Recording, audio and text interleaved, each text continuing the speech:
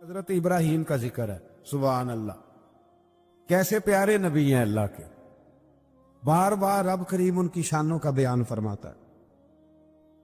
وہ اپنی قوم کو بتوں کی بے بسی کی جانب متوجہ کرتے تھے، پھر ابراہیم علیہ السلام اللہ تعالیٰ کی نعمتوں کا اعتراف کرتے ہوئے فرماتے، اللہ نے مجھے پیدا کیا ہے، وہی ہدایت دینے والا ہے، وہی مجھے کھلاتا ہے، وہی پلاتا ہے، جب بیمار ہوتا ہوں تو وہی مجھے، اللہ اکبر، اللہ ہی مجھے دیتا ہے۔ پھر فرمایا وہی میری روح قبض کرے گا اور آخرت میں دوبارہ پیدا کرے گا، مجھے یقین ہے قیامت کے دن میری خطاؤں کو بھی معاف فرمائے گا۔ ابراہیم فرما رہا ہے، اللہ کے نبی، انہوں نے کون سی خطائیں کی تھی جی؟ ساری زندگی اللہ کی راہ میں جہاد کرتے گزر گئی، پھر بھی ڈر کے دعا مانگتے ہیں۔ سنگیو غافل نہ بنے، غافل، ہر وقت معافی مانگنا یہ اللہ کے بندوں کا طریقہ ہے۔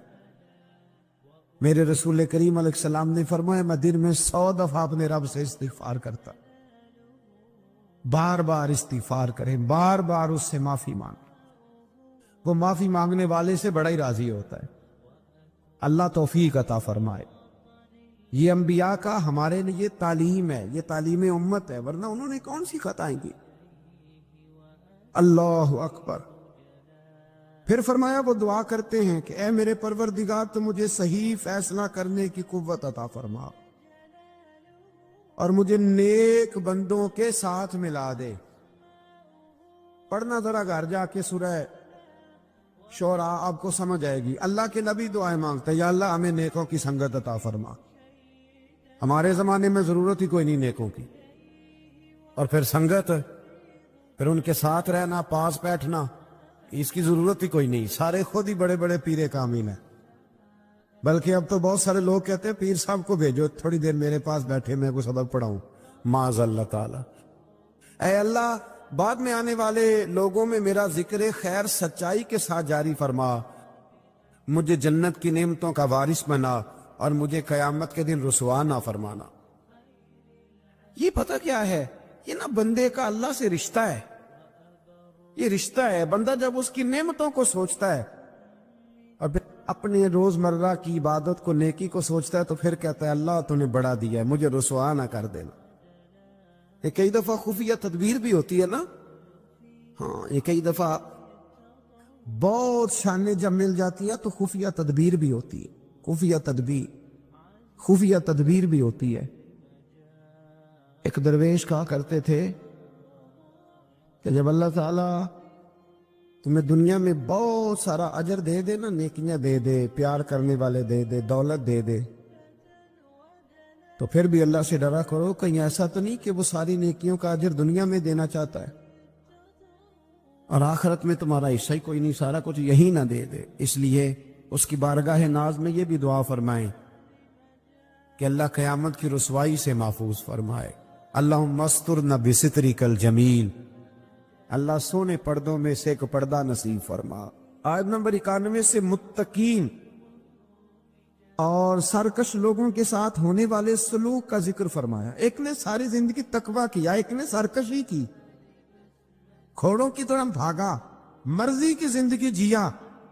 اللہ نے دونوں کا ذکر فرمایا اور فرمایا گمراہ لوگوں کے جہنم میں آپس میں لڑنے اور ہر طرف سے نا امید ہونے اور ان کے دنیا میں واپس جا کر ایمان لانے کی ناممکن خواہش ہے۔ یہاں بڑے لوگ کہتے ہیں جی اللہ چاہے اور نیکوکاروں کو جو ہے وہ معاذ اللہ دوزخ میں ڈال دے اور ہمیں اللہ چاہے تو بخش دے۔ جس نے اٹھتی ہوئی جوانی میں بھی اپنی نظر جھکا کے رکھی اور جیب میں لاکھوں کروڑوں ہونے کے باوجود بھی اپنے رب کی رضا والی بات کی، اور تو ساری زندگی گزارے بے حیائی اور فحاشی میں اور دعوے تو عجیب کر دے، اللہ بے نیاز ضرور ہے پر بے انصاف نہیں، بے نیاز ضرور ہے پر وہ بے انصاف، یہ سمجھ لیں۔ ہاں، کسی کو یہ دعویٰ نہیں کرنا چاہیے کہ میں نیک ہوں تو جنت میرے نام الاٹ ہو گئی ہے، دعا کرنی چاہیے اور اس کی بارگاہ میں معافی چاہنی چاہیے، لیکن یہ جو گناہگار پھر دلیروں جیسی باتیں کرتے ہیں نا، اس کا تو معاملہ یہ ہے کہ ایک گناہگار اوپر سے سینہ زور، یہ ظلم ہے، یہ جبر ہے، اس سے بچیں۔ ہاں اگر کوئی رب کی رحمت کا بازو تھام کے بات کرے گا تو اللہ بڑا ہی کرم فرمانے والا ہے۔ آیت نمبر 105 سے نوح علیہ السلام کی دعوت حق کا ذکر ہے۔ وہ رسول امین تھے۔ سرکش لوگوں نے کہا ہم آپ پر کیسے ہی مان لائیں، آپ کے پیروکار تو پسماندہ لوگ ہیں۔ یہ نوح علیہ السلام کی قوم کا ذرا انداز سن لے، کہنے لگے پسماندہ سے غریب سے بندے آپ کے کلمہ پڑھنے والے، ہم چودھری ہو کے آپ کو مان جائیں، یہ کیسے ہو سکتا ہے؟ پھر نوح علیہ السلام اللہ تعالیٰ سے اپنے اور اپنی قوم کے درمیان آخری فیصلے کی دعا مانگتے ہیں۔ اللہ تعالیٰ ان کو اور ان کے پیروکار مومنوں کو کشتی کے ذریعے نجات عطا فرماتا ہے اور سرکش قوم طوفان میں ڈوب جاتی۔ آیت نمبر 124 سے حضرت ہود علیہ السلام اور ان کی قوم عاد کا ذکر ہے۔ اللہ تعالیٰ نے اس قوم پر نعمتوں کی فراوانی کی، چوپایوں، اولاد اور نہری باغات کی صورت میں فرمائی۔ انہوں نے مضبوط مکانات اور بلند مقامات پر عشرت گاہیں تعمیر کر لی۔ آج کل بھی فارم ہاؤس نہیں بن جاتے جلدی سے، فارم ہاؤس بن جاتے۔ بالآخر نبی کی تکذیب کی بنا پر اللہ نے اس قوم کو بھی ہلاک کر دیا۔ پھر آیت نمبر 141 سے حضرت صالح علیہ السلام اور ان کی قوم سمود کی نافرمانیوں کا ذکر ہے۔ ان پر اللہ تعالیٰ نے نعمتوں کی فراوانی فرما رکھی تھی، میٹھے چشمے، باغات، زرخیز زمین کی کثرت، پہاڑوں کو تراش کر مکان بناتے تھے، لیکن جب انہوں نے ناقۃ اللہ یعنی اللہ کی اونٹنی کی بے حرمتی کی تو ان پر عذاب نازل ہوا۔ تو جب ناقۃ اللہ کی بے ادبی کرے، اللہ کی اونٹنی کی، اس پر عذاب نازل ہوتا ہے، تو جو رسول اللہ کی بے ادبی کرے اور جو اولیاء اللہ کی معاذ اللہ بے ادبی کرے، اس کا کیا حال ہوگا؟ اللہ تعالیٰ ہدایت کا رستہ نصیب فرمائے۔ آیت نمبر 160 سے لوط علیہ السلام اور ان کی قوم کا ذکر ہے۔ اس قوم کی بدعمالیوں کا ذکر ہے کہ وہ حلال بیویوں کو چھوڑ کر غیر فطری طریقے سے اپنی جنسی خواہش پوری کرتے، گناہ کے اڈے آباد کرتے۔ لوط علیہ السلام کی بیوی بھی ان کے ہم خیال تھی۔ بالآخر اللہ تعالیٰ نے اس قوم کو بھی تباہ و برباد کیا۔ پھر شعیب علیہ السلام اور ان کی قوم کا ذکر ہے۔ یہ لوگ اصحاب الایکہ کہلاتے تھے۔ یہ لوگ لین دین کے وقت ناپ تول میں ڈنڈی مارتے۔ ان کی سرکشی کا یہ عالم تھا کہ نبی سے کہتے اگر آپ سچے ہیں تو ہم پر آسمان کیوں نہیں پھٹ پڑتا؟ پھر اس قوم پر بھی عذاب نازل ہوا اور وہ تباہ و برباد کر دیے گئے۔ لوط علیہ السلام کی بیوی بھی ساتھ رہتی تھی، لیکن کافروں کی ہم خیال تھی، اور نوح علیہ السلام کا بیٹا بھی اور ان کے گھر والے بھی کچھ اسی طرح کے تھے۔ ایک بات ذہن میں رکھیں، دو بھائی اکٹھے رہتے ہیں، دونوں نے اپنی اپنی قبر میں جانا ہے۔ کسی گھر کا ایک فرد اگر غلط ہوگا تو اس سے مراد میں پورا خاندان نہیں ہوگا۔ اس لیے قرآن مجید نے کہا ہے کہ کوئی قیامت میں ایک دوسرے کا بوجھ نہیں اٹھائے گا، سارے اپنا اپنا ہی اٹھائیں گے۔ آیت نمبر 192 میں بتایا کہ قرآن اللہ کا کلام ہے، جسے واضح عربی زبان میں جبریل امین نے محمد الرسول اللہ صلی اللہ علیہ وسلم کے قلب پاک پر نازل کیا۔ قرآن کے لفظ نزل علی قلبک، محبوب ہم نے آپ کے دل پر اسے نازل فرمایا۔ یہ بڑی کمال کی بات ہے، محبوب ہم نے آپ کے کلام اللہ کا اور حضور کے، یعنی محبوب اور محب کی جو باتیں ہوتی ہیں وہ اگر جملوں میں بھی ہوں تو جا کے ٹکراتی سیدھی دل کے ساتھ ہے۔ ان آیات میں یہ بھی بتایا کہ جن قوموں کا نام و نشان مٹا دیا گیا، اللہ تعالیٰ نے اتمام حجت کے لیے ان کے پاس رسول بھیجے۔ وہ کہے نہ کہ کوئی ڈرانے والا نہیں آیا۔ قرآن مجید کا مطالعہ کرنے والوں کے لیے غور و فکر کا مقام ہے کہ جن بدعمالیوں کے سبب پچھلی امتوں کا نام و نشان مٹا دیا گیا، آج وہ ساری خرابیاں اس امت میں بھی جمع ہو چکی ہیں۔ وہ سارے گناہ لوط علیہ السلام کی قوم جو کام کرتی تھی وہ آج یہاں نہیں ہو رہا، وہ یہاں نہیں ہو رہا۔ اللہ تبارک و تعالیٰ معاف فرمائے۔ لوگ سمجھتے ہیں کہ شاید رب کریم مسجدوں میں تو دیکھتا ہے، معاذ اللہ تو ہوٹلوں کے بند کمروں میں وہ نہیں دیکھتا۔ اور ہماری خوابگاہوں میں اور فارم ہاؤس میں اور وہ دور دراز دیہاتوں میں جو ہم نے کوٹھیاں تعمیر کی ہیں، اس کے اندر جو ہم گل غبارے کرتے ہیں تو انہیں نہیں دیکھتا وہ سارے کام جو لوط علیہ السلام کی قوم کرتی تھی، جو نوح علیہ السلام کی قوم کرتی تھی، وہی مذاق جو حضرت نوح کی قوم کرتی تھی نا، کہ یہ چند ماڑے ماڑے لوگ آپ کے ساتھ ہیں۔ بہت سارے میں نے وڈیروں کو آج علماء اور مشائخ کا اس طرح مذاق اڑاتے دیکھا ہے، یہ 4 بندے چھوٹے چھوٹے آپ کے ساتھ ہیں۔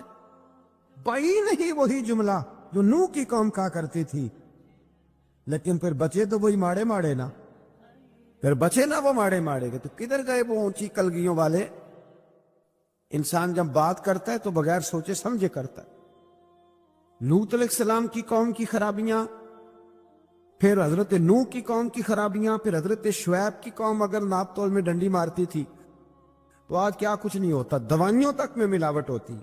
بس ایک ہی بات ہے، چہرے اس لیے نہیں بدلتے کہ اس زمین پر گنبد خضرا موجود ہے، رسول اللہ صلی اللہ علیہ وسلم کا ساتھ موجود ہے۔ بس اللہ تعالی ہمیں رسول پاک کی نسبت کاملہ عطا فرمائے۔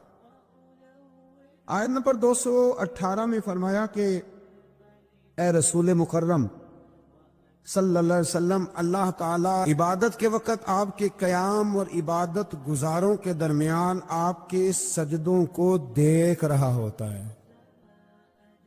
محبوب تیرے سجدے مجھے بڑے ہی پیارے ہیں۔ جب تو صفوں کے بیچ نمازیں پڑھتا ہے نا تو میں وہاں تجھے دیکھتا رہتا۔ جب انسان سجدہ کرتا ہے تو رب بڑا ہی راضی ہوتا ہے۔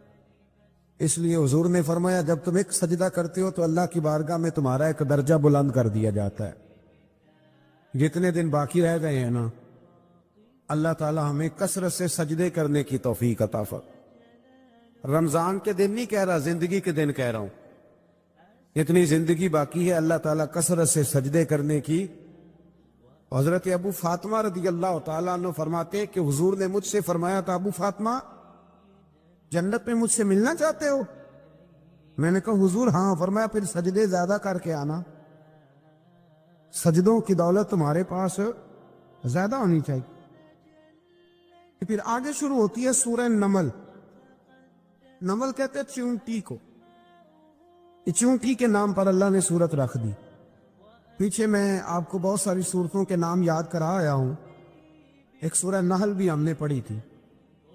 تو اللہ تبارک و تعالیٰ نے اس سورت میں قرآن کریم کی حقانیت، مومنین کی صفات، مختلف انبیاء کے احوال، اللہ تعالیٰ کی توحید پر دلائل، قیامت کی ہولناکیاں اور حیات بعد الموت کا ذکر فرمایا۔ اس سورت کی ابتدائی آیات میں ایک بار پھر حضرت موسیٰ علیہ السلام کے احوال اور معجزات کا بیان ہے۔ آیت نمبر 16 سے سلیمان علیہ السلام کا ذکر ہے۔ وہ داؤد علیہ السلام کے وارث تھے، بیٹے تھے، اور انہیں پرندوں کی بولیاں سکھائی گئیں۔ جنات اور انسانوں کے لشکر کا ایک فوجی ڈسپلن کے ساتھ ان کے پاس حاضر رہتے تھے۔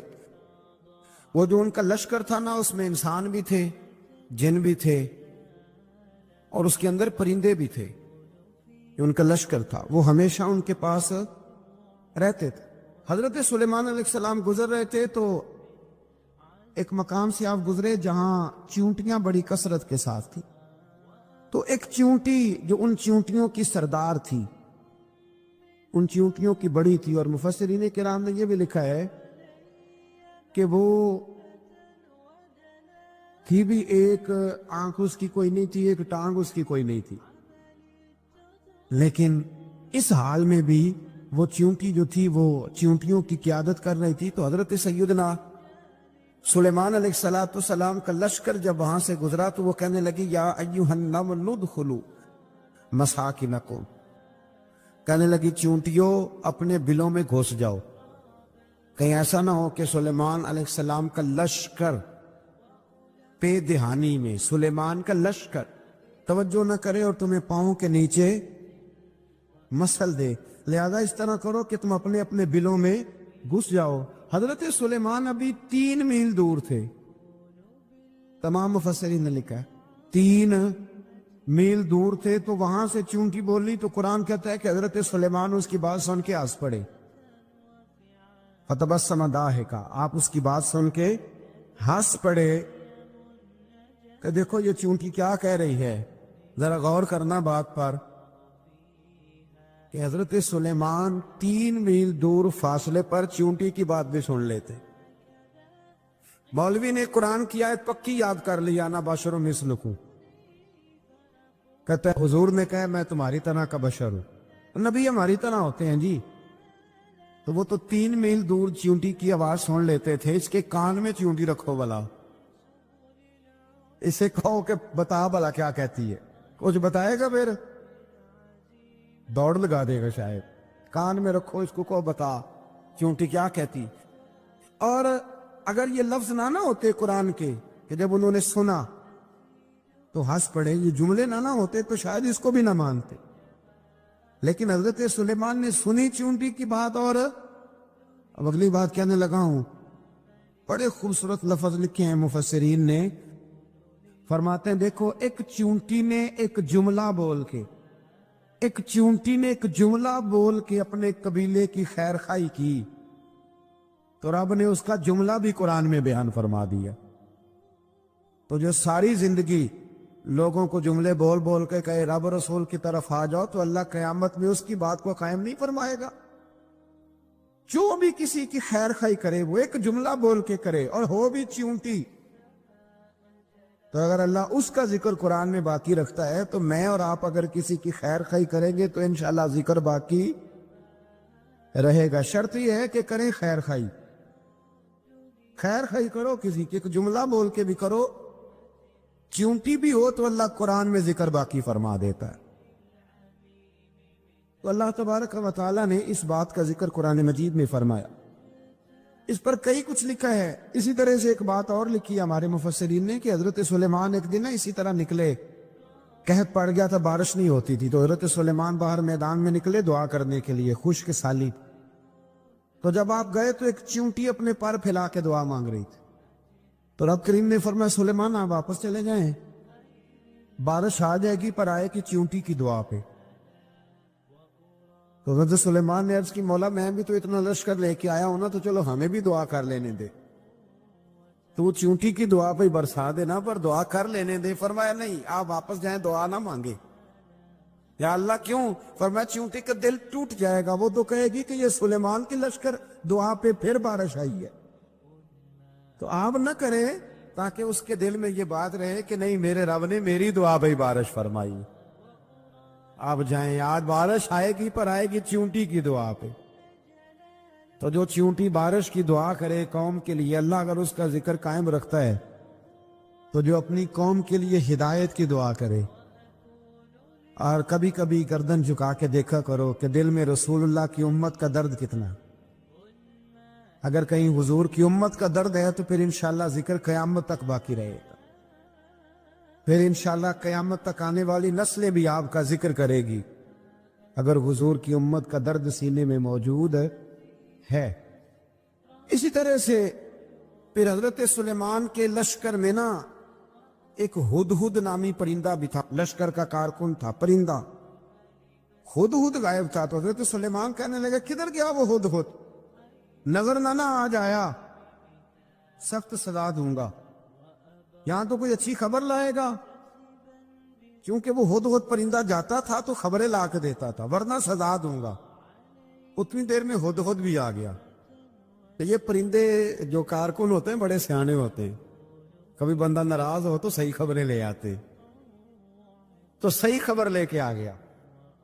آتے ہی آ کے بیٹھا تو اس نے حضرت سلیمان علیہ السلام نے کہا کہاں تھے؟ عرض کرنے لگا حضور میں ملک سبا گیا تھا، وہاں ایک عورت حکمرانی کرتی ہے، اس کا نام بلقیس ہے، بہت بڑے تخت پہ بیٹھتی ہے، 80 گز اس کا تخت لمبا ہے، 40 گز چوڑا ہے، اور شاید 80 من کے 80 ٹن اس کا وزن ہے۔ تو حضور وہ سورج کو پوچھتے ہیں، حضرت سلیمان نے فوراً خط لکھا، فرمایا جا کے اسے میرا خط دے دو کہ یہاں تو کلمہ پڑھ کے ہماری فرما بردار بن جائے، ورنہ تیار ہو جائے، جو اللہ کے غیر کو پوچھتے ہیں ہم ان کے خلاف جنگ کریں گے۔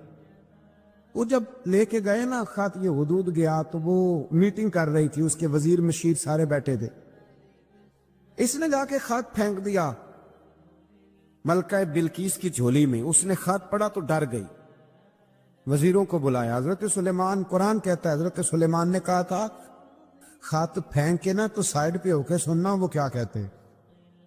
بندوں کے لیے منع ہے, پرندوں کے لیے جائز ہے. بندوں کے لیے منع ہے سائڈ پہ ہو کے سننا.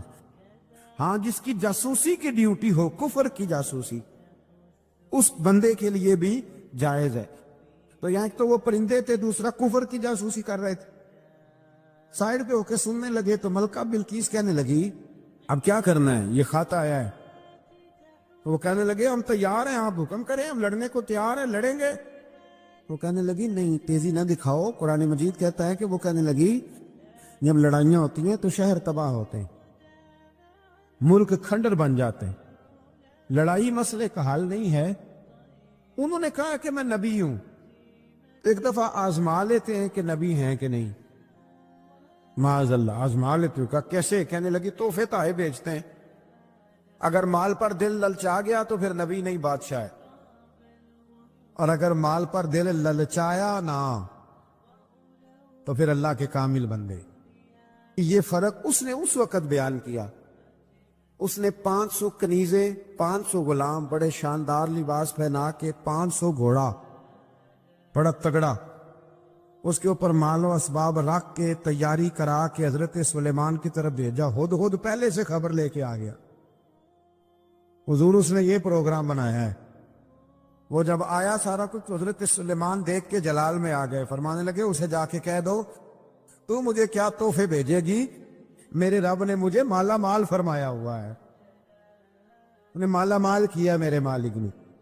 جا اسے جا کے کہہ تو کیا تحفے دے گی. جب رب دیتا ہے تو پھر کوئی کمی نہ وہ نہیں چھوڑتا. بندے کیا دے سکتے ہیں, بندے تو بیچارے 10 دے کے تو 10 دن ان کی آنکھیں نہیں کھلتی. فرمایا مجھے اللہ نے جو دیا ہے کیا بات ہے اس کے دینے کی. حضرت خواجہ حسن بصری رضی اللہ تعالیٰ عنہ, یہ حضرت علی کے شاگرد ہیں, مولا علی شیر خدا کے شاگرد ہیں. اور ایک روایت ایسی بھی ملتی ہے کہ بچپن تھا ان کا تو نبی پاک کے گھر چلے جاتے تھے. تابعی ہے, بہت چھوٹے تھے جب حضور کا وصال ہوا, صحابہ کے شاگرد ہیں. ایک دفعہ حضرت ام سلمہ کہتی ہیں کہ نبی پاک صلی اللہ علیہ وسلم کا بچا ہوا پانی پڑا تھا تو وہ بھی حضرت حسن بصری اٹھا کے پی گئے. یعنی حضور علیہ السلام کا جھوٹا پینے کا بھی اللہ نے انہیں, لعاب دہن شدہ پینے کا بھی, بڑے صاحب بصیرت تھے. ایک بہت مالدار 30 سال کا نوجوان آ گیا, عبد الواحد زید. حضور میں نے مرید ہونا ہے. آپ نے فرمایا تو میرا بھائی بن جا, مجھ سے دین سیکھ, مرید ہو کے کیا کرے گا. کہنے لگا حضور میں باریکی تک پہنچ گیا ہوں. بھائی تو شریک ہوتے ہیں, تو مجھے بھائی نہ بنائے, مجھے غلام بنائے. تابع داری وہی کر سکتا ہے جو غلامی کرے. بھائی تو شریک ہوتے ہیں, وہ تو مقابلہ کرتے ہیں, غلام بنائے. حضرت حسن بصری, حضرت عبد الواحد بن زید رحمۃ اللہ علیہ فرماتے میں کروڑ پتی تھا, ہیرے جواہرات کا ٹھکانہ ہی نہیں تھا. تو حضرت حسن بصری رحمۃ اللہ علیہ فرمانے لگے تیرا میرا سٹیٹس ایک نہیں, تو میرا غلام کیسے بنے گا. تیرے گھر میں تو خود 20 غلام ہیں, تیرا میرا سٹیٹس نہیں. میں غریب آدمی ہوں, ایک وقت کھا لیتا ہوں, 2 وقت بھوک کاٹ لیتا ہوں, تو شہزادہ ہے, سٹیٹس نہیں بنے گا. عبد الواحد بن زید گھر گئے, اپنے غلاموں کو کھڑے کھڑے آزاد کر دیا, رشتہ داروں کی لسٹ بنائی, سب کو دعوت کھلائی, جو گھر کے اندر مال دولت تھا ان میں بانٹ دیا, باقی پڑوسیوں کو دے دیا. جو کپڑے پہنے ہوئے تھے وہ بھی اتار کے صدقہ کیے. ٹاٹ کا لباس پہن کے حضرت حسن بصری کے سامنے آ کے کھڑے ہوئے. خواجہ حسن بصری نظر اٹھائی, کہا اچھا یہ حال کیسے ہو گیا. کہا حضور ہر شے بیچ آیا ہوں. کہا کیوں. فرمانے لگے آپ نے کہا تھا تیرا میرا سٹیٹس نہیں, اب تو ایک ہو گیا ہے نا, اب تو سٹیٹس ایک ہو گیا نا, اب غلامی ملے گی. آپ نے فرمایا 3 شرطوں پہ قائم رہنا, 3 شرطوں پہ. ایک, اللہ والوں پہ زندگی میں اعتراض نہ کرنا, کبھی اللہ تعالیٰ کے بندوں پر اعتراض کوئی چیز نظر آئے بھی تو شکوہ نہ کرنا، سمجھ لینا کہ میری نگاہ کی غلطی ہے۔ اور دوسرا، روز اپنے اوپر محنت کرنا، محبت کم نہیں ہونی چاہیے، بڑھنی چاہیے۔ اور تیسرا فرمایا مجھے کہنے کی ضرورت نہ پڑے، کہنے کی ضرورت، تجھے اشارہ سمجھ جانا چاہیے۔ عبد الواحد بن زید کہنے لگے حضور ملے گا کیا؟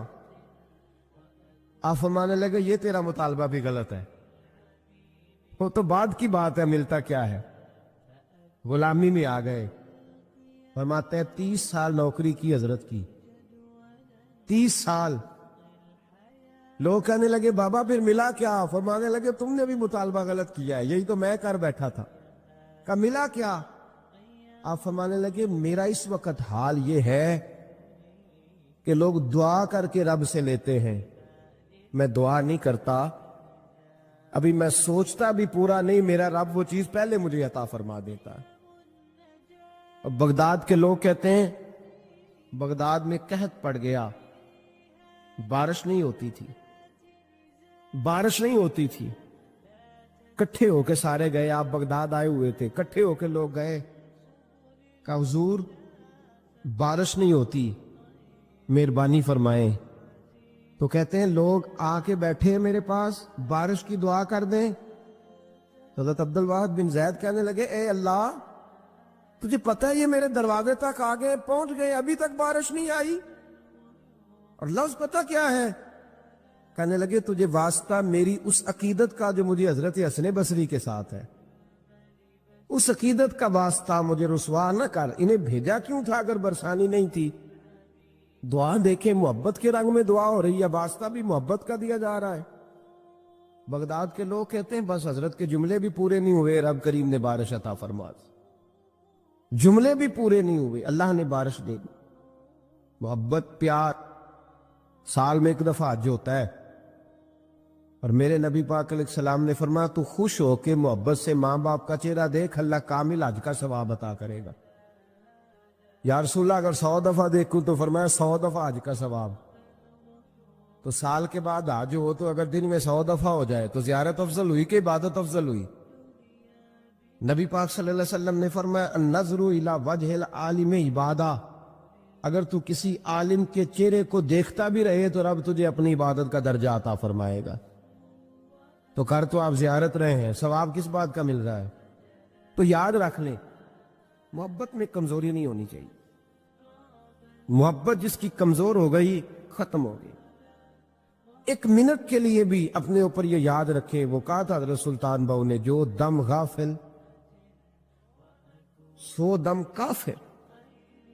یاد رکھیں عقیدتوں میں جب لچک آتی ہے نا، جب کمزوری پیدا ہونے لگتی ہے، کمزوری، پھر رشتے سہاروں کے محتاج ہونے لگ جاتے ہیں، پھر رشتے سہاروں کے محتاج ہوتے ہیں، پھر گفتگو کے محتاج ہوتے ہیں، سمجھانے کے محتاج ہوتے ہیں، پھر توجہ دلانے کے، اور جب رشتے سہاروں کے محتاج ہوتے ہیں تو پھر رشتے بے ساکھیوں والے ہو جاتے ہیں اور لنگڑے ہو جاتے ہیں، پھر ان کا حسن ضائع ہو جاتا۔ اقبال نے کہا تھا نہ وہ حسن میں رہی شوخیاں، نہ وہ عشق میں رہی گرمیاں، نہ وہ غزنوی میں تڑپ رہی، نہ وہ خم ہے زلف ایاز میں۔ وہ کیفیت نہیں رہتی جس کو کہنا پڑا، بتانا پڑا، سمجھانا پڑا۔ اس نے تو بیساکھی مانگی ہے، بیساکھیاں نہ مانگیں، اپنی محبت کو دوام دیں، روز نئے سے نیا زاویہ۔ کسی نے حضرت ابو بکر صدیق رضی اللہ تعالیٰ عنہ کے بارے میں بڑا خوبصورت جملہ لکھا ہے، انہوں نے لکھا ہے قریب رہنے والے کی محبت کم ہوتی ہے۔ یار کتنا بندہ قریب رہ سکتا ہے، حد ہوتی ہے نا۔ کہنے لگے یہ عجیب شخص ہے، ہمیں عجیب نسخہ بتا گیا ہے، کہتے ہیں قریب رہنے سے محبت کم نہیں ہوتی، بلکہ محبت تو تب بڑھتی ہے کہ بندہ قبر میں بھی ساتھ اکٹھا ہو جائے، وہ جاتی دفعہ مزار کا بھی ساتھ لے کر اپنے اوپر رب رسول کی محبت کا رنگ چڑھائے اور اس رنگ پہ مضبوطی ڈالے۔ اور کچا رنگ للاری والا جڑا چڑھدا لیندا رہندا، عشق تیرے دا رنگ محمد چڑھ جائے پھر نہیں لیندا، کام سارے ہی ہو جاتے ہیں۔ لیکن جو محبت ہے نا، ہمارے سلاسل طریقت میں 3 چیزیں ضروری ہیں، ایک محبت، دوسری عقیدت، تیسرا ادب. یہ تین چیزیں جتنی جتنی پختہ ہوتی جاتی ہیں فیض کے دروازے اتنی زیادہ کھلتے جاتے ہیں. فیض کس کو کہتے ہیں یہ بھی سن لیں. فیض کا مطلب یہ ہوتا ہے کہ میری طرف میرے پیر کی کتنی توجہ ہے، خدا کی کتنی توجہ ہے، اور محمد مصطفیٰ کی کتنی توجہ ہے صلی اللہ علیہ. میں کس قدر توجہ کرا پایا ہوں، ان کا کرم میری جانب کتنا ہے. محبت والے پہ توجہ کتنی ہے، محبت والے پہ. تمام صحابہ کو میرے نبی پاک صلی اللہ علیہ وسلم نے فرمایا میرا ابو بکر اس طرح ہے کہ میں ابو بکر میں سے ہوں، ابو بکر مجھ سے ہے. عمر کو دیکھ کے شیطان رستہ بدل جاتا ہے، عثمان سے فرشتے حیا کرتے ہیں، جس کا میں مولا اس کے علی بھی مولا. فضیلت بیان کی. ان تمام صحابہ نے عمل کیے ہیں، بدر میں گئے، احد میں گئے، خندق میں گئے، حنین میں گئے، ان کے اعمال ہیں. حضرت ویسے کرنی رضی اللہ تعالیٰ عنہ کا کوئی اس طرح کا عمل نہیں، نہ تبلیغ میں، نہ جہاد میں، نہ کسی اور جگہ. مجبوری بڑی تھی. یہ سارے عمل اس لیے، اب یہاں کوئی بندہ یہ ترجمہ نہ کر لے کہ جی عمل نہ کرو خالی محبت کرو. ان کی مجبوری تھی، ان کی والدہ علیل تھی تو ان پر پابندی تھی حضور کے حکم کی، وہ آئے نہیں. لیکن محبت جوش پہ تھی تو محبوب نے باقیوں کا اجر بیان فرمایا. کرن کی طرف منہ کر کے حضور نے اپنے گریبان مبارک کے بٹن کھول لیے اور ٹھنڈی ٹھنڈی آہیں بھرنے لگے. یا رسول اللہ کیا ہوا؟ فرمایا ادھر میرا ایک دیوانہ رہتا ہے تو وہاں سے مجھے ٹھنڈی ہوائیں آتی ہیں. محبت کا اجر ہے، محبت کا اجر. جو عمل کرنے والے تھے ان کو حضور نے ثواب بتلایا ہے، ثواب بتلایا، پھر اس محبت کرنے والے کا اجر بیان کیا. اس کا یار اتنا اجر رکھ دیا، اتنا اجر رکھ دیا. جو محبت کرنے والے تھے ان کا اجر کیا بیان کیا؟ حضور نے فرمایا علی اور عمر میرا جبہ لے کر کے جائیں. حضرت عبد الرحمن ابن عوف جیسے لوگ جو عشرہ مبشرہ میں سے ہیں وہ منتیں کر رہے ہیں کہ حضور کا کرتا مل جائے. کرتا یہاں لوگ بھاگ رہے ہیں کہ نبی پاک صلی اللہ علیہ وسلم کے وضو کے بچے ہوئے پانی کا تھوڑا سا حصہ مل جائے. ایک منہ مبارک کے لیے صحابہ تڑپ رہے ہیں کہ ایک بال مبارک، منہ مبارک نصیب ہو جائے. اور وہ جو محبت کرتے ہیں اور دور رہتے ہیں ان کو میرے مصطفیٰ نے فرمایا میرا جبہ لے جاؤ. اور ڈیوٹی کس کی لگائی؟ فرمایا علی جائے اور عمر جائے. دے کے آئے. خشک لوگ زندگی گزارنے لگے ہیں، محبت کا سوتا ہی خشک ہو گیا ہے. موٹا موٹا سا عمل، موٹی موٹی سی بات کرو. تمام صوفیاء نے اپنی زندگی لگائی اس کام پہ دی ہے. وہ کہتے ہیں تیری عبادت ناقص ہو کے بعض اوقات واپس لوٹ آتی ہے، ضائع ہو جاتی ہے. محبت ناقص نہیں ہوا کرتی. محبت میں تو کوئی گناہگار بھی ہو جائے تو میرے رسول فرماتے ہیں غلطی ہو گئی تو کیا ہوا، خدا سے بھی پیار کرتا ہے، محمد مصطفیٰ سے بھی پیار کرتا ہے. محبوب تو دیکھیے نا، صحابی ہیں حضور سے پیار کرنے والے، شراب پی بیٹھے. بخاری مسلم پڑھیے، شراب پی لی، خود در رسول پہ آئے، یا رسول اللہ غلطی ہو گئی معاف کر دے. کیا ہوا؟ شراب پی لی ہے، بھول گیا تھا، بچپن سے پیتا آ رہا تھا. حضور نے فرمایا منہ سونگو. سونگا تو کہا حضور بدبو تو آ رہی ہے شراب کی. فرمایا باہر لے جاؤ، کوڑے مارو. صحابہ کہتے کوڑے لگ رہے تھے اور اندر نبی پاک بے چینی کے عالم میں ٹہل رہے تھے، بے چینی کے عالم. ایک صحابی نے کہا حضور اس ملعون کے لیے معاذ اللہ، اس کے لیے آپ، اس نے شراب پی اس کے لیے بے چین ہے. حضور نے فرمایا چپ کر جا، غلطی ہو گئی تو کیا ہوا، خدا سے بھی پیار کرتا ہے، محمد مصطفیٰ سے بھی پیار کرتا ہے. تیری محبت توجہ کرائے گی نبی پاک کی تیری طرف. جو محبت، عقیدت، ادب، وفا، جذبہ، حسن، تازگی، روحانیت، یہ سارے ایک معنی کے سارے الفاظ ہیں، ان کا مفہوم ایک نکلتا ہے. اگر زندگی محبت سے خالی ہو گئی تو اقبال نے کہا بجھی عشق کی آگ اندھیر ہے، اب یہ مسلمان نہیں یہ خاک کا ڈھیر ہے. اقبال کہتے ہیں اب تو ڈھیر ہے، کسی وقت بھی کوئی ہوا آئے گی تجھے اڑا کے لے جائے گی. تیرے اندر طاقت اور وزن اتنی دیر رہے گا جتنی دیر رسول اللہ کا پیار تیرے دل میں زندہ رہے گا، جتنی دیر محبت تیرے دل میں، ہمارے صوفیاء نے پیار ہی تو سکھایا ہے، ہمارے صوفیاء نے محبت ہی تو سکھائی ہے، ہمارے اہل اللہ نے پیار ہی تو سکھایا ہے۔ اتنا پیار کہ حضرت امیر خسرو رو ہی پڑے، اور حضرت خواجہ نظام الدین رحمت اللہ علیہ سے کہنے لگے محبوبہ جنت میں تو پتہ نہیں کب جانا ہے، کس وقت کے بعد جانا ہے، میرا نہیں گزارا، تو اپنے رب سے دعا کر کہ مجھے اتنی گنجائش مل جائے کہ میں قبر میں بھی آپ کے ساتھ ہی دفن ہو جاؤں، پتہ نہیں کب قبریں کھلیں گی، کب دوبارہ رشتہ قائم ہوگا وہ والا۔ تو بھائی یہ جو پیار ہوتا ہے نا، یہ توانائی دیتا ہے، محبت جگا دیتی، محبت نکالتی ہے بندے کو دین کے لیے، محبت آگے بڑھاتی ہے اس کو خدمت کے لیے، محبت ہے جو وارفتگی کا جذبہ اختیار کرتی ہے۔ کہ جو لوگ کہتے ہیں نا کوئی عرض نہیں، اب ایک نیا رٹا نکل آیا، کہتے ہیں ساڈا ماں پیو ساڈا پیر ہے، اب یہ بھی ایک فتویٰ عام ہو گیا، جب تک اماں ابو موجود ہیں ہمیں پیر پکڑنے کی ضرورت ہے، یہ بھی ایک فتویٰ ہے، بہت سارے لوگوں کا میں نے سنا ہے۔ خدا کے بندو، حضرت ابو بکر صدیق جیسا پیر گھر میں موجود تھا، پھر بھی ان کے بیٹے نے جا کے در رسول پہ ہاتھ رکھا ہے۔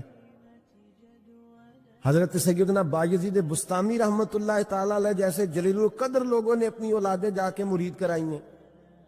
فاضل بریلوی رحمت اللہ علیہ سے بڑا پیر کون ہوگا؟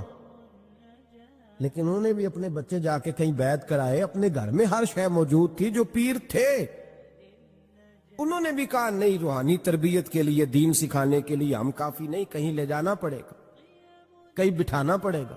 یہاں لوگ اپنی مرضی کا فتویٰ گھڑتے ہیں۔ پیار، وارفتگی، خلوص، وفا کا رشتہ، محبت جب تک قائم نہیں ہوتی، اور محبت میں جب تک روز بروز اضافہ نہیں ہوتا، روز بروز جب تک یہ توانائی نہیں پکڑتی، سمجھ لیں کہ زندگی تنزل کا شکار ہے، آپ واپس آ رہے۔ اگر پیار کے ساتھ، محبت والے شخص کے ساتھ سفر کیا جائے نا، مجھے یاد ہے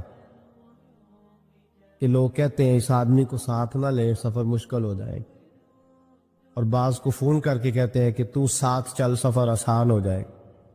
تو اس کا مطلب ہے زندگی کا سفر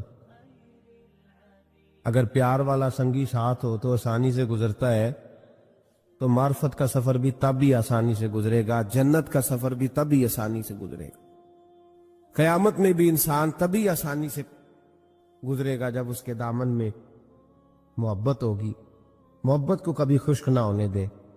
ہمارے ہاں پیار ہوتا ہے، اور جب ہوتا ہے تو بڑا جذباتی ہوتا ہے، بڑا جذباتی، پھر آہستہ آہستہ اس پہ میل کچیل چڑھنے لگتی ہے، شیطان، دنیا، زمانہ اس پہ کچھ نہ کچھ گرد اڑانے لگتا ہے، پھر وہ آہستہ آہستہ گدلا ہوتا ہے، میلا ہوتا ہے۔ کئی دفعہ ایسا بھی ہوتا ہے کہ اگر تیز دھوپ میں بندہ رہے نا، چھاؤں میں نہ آئے، تو وہ خشک بھی ہو جاتا ہے، سارے کا سارا مٹ جاتا ہے۔ تو اس سے بچیں، اپنا پیار رب رسول کے ساتھ تازہ رکھیں۔